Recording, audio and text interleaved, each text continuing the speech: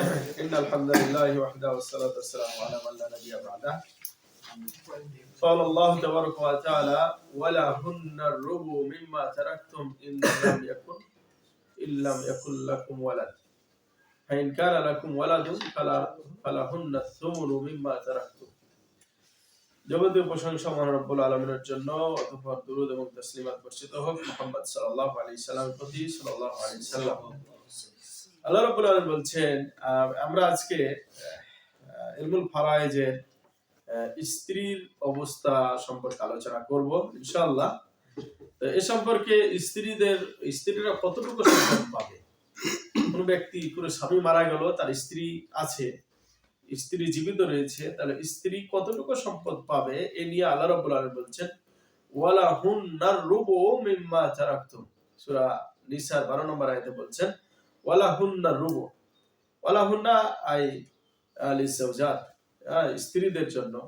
হুন্না এখানে জমা ব্যবহার করার কারণ হলো যে স্ত্রী একটা থেকে চারটা হয়, এজন্য যদি একটাই লেখা থাকে তাহলে ওয়ালাহার রুবু, তাহলে বাকি অন্যগুলো হয় না, এজন্য জমা ব্যবহার করা হয়েছে ওয়ালাহুন্নার রুবু।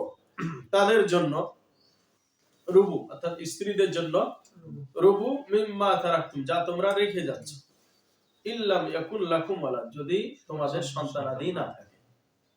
ফাইন কানা লাকুম ওয়ালাদ, যদি তোমাদের সন্তান থাকে, ফালাহুন্না সুমুন, তাদের জন্য 8 ভাগের 1 ভাগ, সুমুন মিম্মা তারাকতুম, যা তোমরা রেখে যাচ্ছ। অর্থাৎ কোন ব্যক্তি, তোমরা মানে আল্লাহ রাব্বুল আলামিন পুরুষদেরকে লক্ষ্য করে বলছেন যে তোমরা যা রেখে যাচ্ছ তা তোমাদের রেখে যাওয়া সম্পদ থেকে তোমার স্ত্রী 2 ভাগে পাবে, 2 ভাবে অংশ পাবে। হয় তারা রুবু পাবে অথবা সুমুন পাবে। তাহলে কোরআন থেকে বুঝতে পারলাম যে স্ত্রীদের অবস্থা কয়টা? 2টা, এক রুবু অথবা সুমুন। স্বামীর অবস্থা কি ছিল? নিস আর রুবু। আর এরা প্রথম শুরু হলো রুবু আর সর্বশেষে যে কি? সুমুন। স্ত্রী, এখন আমাদের বইয়ে লেখা কি?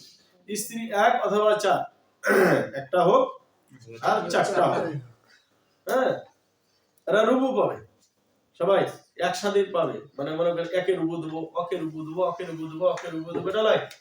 একজন ব্যক্তি 4টা স্ত্রী, একজন ব্যক্তির কয়টা স্ত্রী? 4টা স্ত্রী মনে করো। 4টা স্ত্রীকে কি মানে আলাদা আলাদা রুবু দিব?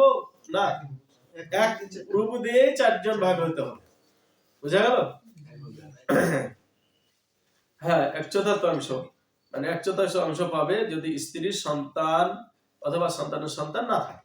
স্ত্রীর সন্তান থাকবে না, অথবা সন্তানের সন্তান মানে ছেলে মেয়ে, ছেলের ছেলে, ছেলের মেয়ে, ছেলের ছেলের মেয়ে, ছেলের ছেলের ছেলে, এরকম যদি না থাকে, কিছুই যদি না থাকে, তাহলে ওই স্ত্রীরা কত পাবে? মানে কি রুবু পাবে। ঠিক আছে? এরপরে আমরা পরে উদাহরণে যাই। 2 নম্বর অবস্থা হলো ওই একই অবস্থা, স্ত্রী একটা হোক আর 4টা হোক, সুমুন পাবে যদি স্বামীর সন্তান থাকে। শর্ত হলো কি?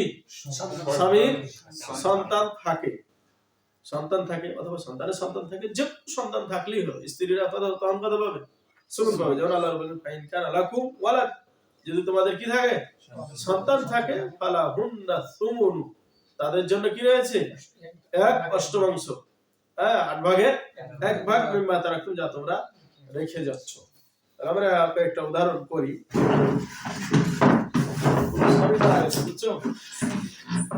জাউজা আর হলো আব। তাহলে দেখো এখানে স্ত্রীর একজন স্বামী মারা গেছে, ওরা আছে স্বামী এবং বাবা, বুঝা? তাহলে কতটুকু পাবে স্ত্রী? রুবু। কেন? মানে স্বামীর সন্তান নাই, স্বামীর সন্তান না থাকার কারণে স্ত্রী কত পাবে? রুবু। আর বাবা কত পাবে? আসাবা। ওকে, তাহলে মাসালা কয়টা? 4টা। কোন সূত্র? প্রথম নম্বর সূত্র। 1 আর এই হলো 3। ঠিক আছে? নোট ভাবে এখন জাওজা আর আছে ইবিন। ঠিক আছে? তাহলে জাওজা কত? সুমন। কেন? মেয়ে আছে, ছেলে আছে, ফারুল ওয়ারিস আছে। ঠিক আছে? ফারুল ওয়ারিস থাকার কারণে স্ত্রী হলো কত? সুমুন, আর হলো বাকি। তাহলে কতটুকু মানে মাশাআল্লাহ কয় দ্বারা করব 8 দ্বারা কয় নম্বর সূত্র 1 নম্বর বাকি 7 বুঝা গেল খুব সহজ স্বামী স্ত্রীর মানে ইয়াগুলো খুব সুন্দর যে স্বামীর সন্তান যদি না থাকে তাহলে রুবু আর স্বামীর সন্তান থাকলে সুলু বুঝা গেল